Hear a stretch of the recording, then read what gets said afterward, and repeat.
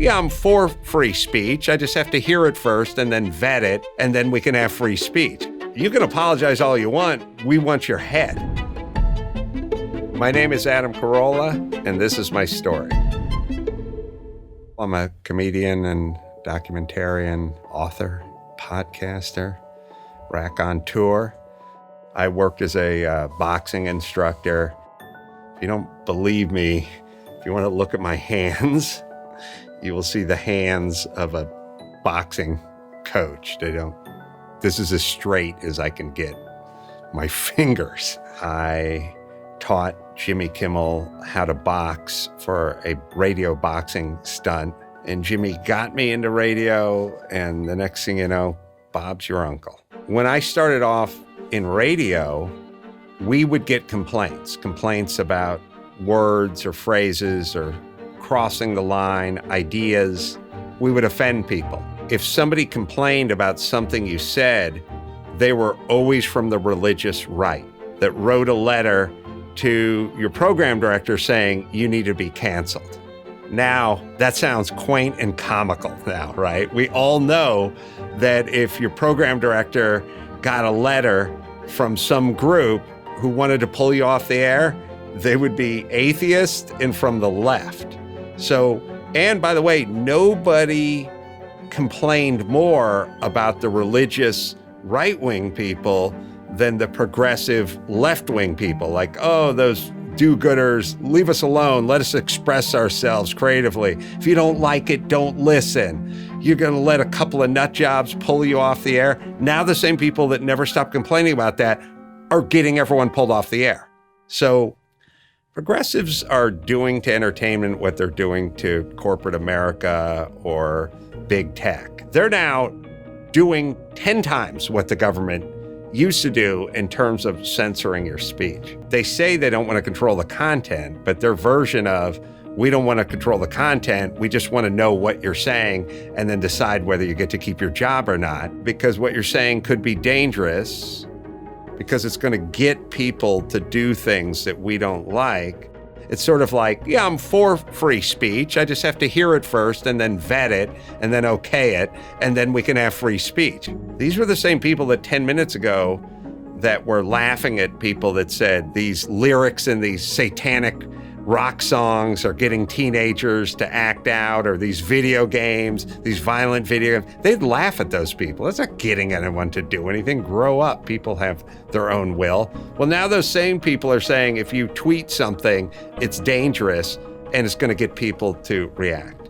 Cancel culture and PC culture, hurt comedy. Anytime a comedian has to think, how is this going to sound, or who's going to hear this, or how's this going to affect my career, you have affected a performance and you have governed a thought. Think about any poem or any music. If the person that was creating it was thinking about who they may offend, now imagine Magic Johnson running down the court and he's got all these voices in his head. You can't do this. You're going to offend the people in the first row if you do that. What kind of performance would we get out of Magic Johnson? It's stifling. It is going to hurt the product. If you think about comedy, traditionally, it has to be the freest expression of the individual. And they were sort of courageous enough to speak. And we used to applaud that. Now, I've had comedians tell me, I love that joke or that thing you do on this and that. It's like, it's too bad you can't do it. That's insane. So I love this thing. It's really funny, but we're not going to say it. The progressives claim to be tolerant and free to be you and me, but they are not. People apologize because they're working under an old model with an old regime. Go back 20 years, they would say, get in front of it. Go out and apologize. Then once you apologize, you'd take a little slap on the hand, 2-day suspension or something like that, and then we get on with our lives. Someone's offended. We don't know why. Just apologize. We'll get this thing over with. The new model is, you can apologize all you want. We want your head. We want you fired. So it would be like you saying to your wife, hey, I want to apologize, hon, about what I said about the lasagna. And she'd go, fine, we're still getting divorced. And I go, but I said I was sorry. Yeah, I know. But now I see that as a sign of weakness. And I really want a divorce, like tomorrow. The New World Order is you can't apologize. So you groveling and summoning up this fake apology and getting ass-canned from your job, that's lose-lose. If you're going to get fired, at least keep your head up. It's like you're putting a saucer of milk out because you're trying to be friends with the feral cat. But all you get is more feral cats. And you go, oh, I feel bad for the cat. I know, but you can't put the saucer of milk out. The apology is the saucer of milk. No one asked Charles Barkley to apologize. No one asked Adam Carolla to apologize. No one asked me to apologize. I say horrible things all day, usually when the cameras stop. But I got you in my sights.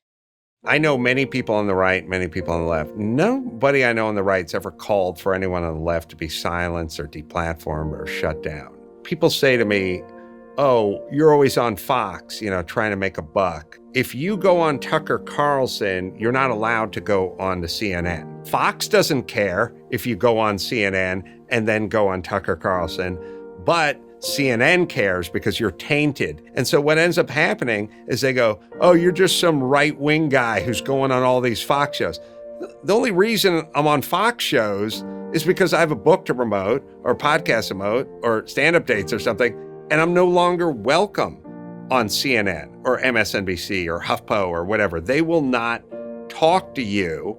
The super progressive, inclusive people, the open-minded people, they will not let you back on their show. I mean, it happens to moderate people. It's happened to Mark Garagos. It's happened to Dr. Drew. You'll never see him on any of those shows anymore. You end up just going on Fox shows or conservative radio shows because the other ones won't have you. As much cancel culture as there is and as much oppression as there is and censorship, there's still room for really creative, really interesting, really intriguing people. It's not going to work if you try to figure out what people want to hear and then tell it to them. You're going to be some watered down, beige, oatmeal-y mess of a comedian or actor or writer. I don't think of myself as brave. I have ideas and I share those ideas. That's my job. And if I stop doing that, I start censoring myself and I start thinking, oh, how's that going to make people feel? Or how's this going to be interpreted? Or how's it going to be construed or misinterpreted? Or I know someone's going to take this and turn it into some headline on HuffPo. The second I do that, it means it's time to get back into carpentry because I'm in the wrong profession. So I'm a comedian. I say what I want. That's how it works. Thanks for watching this video, and if you want to keep this country and PragerU free, please consider making a tax-deductible donation.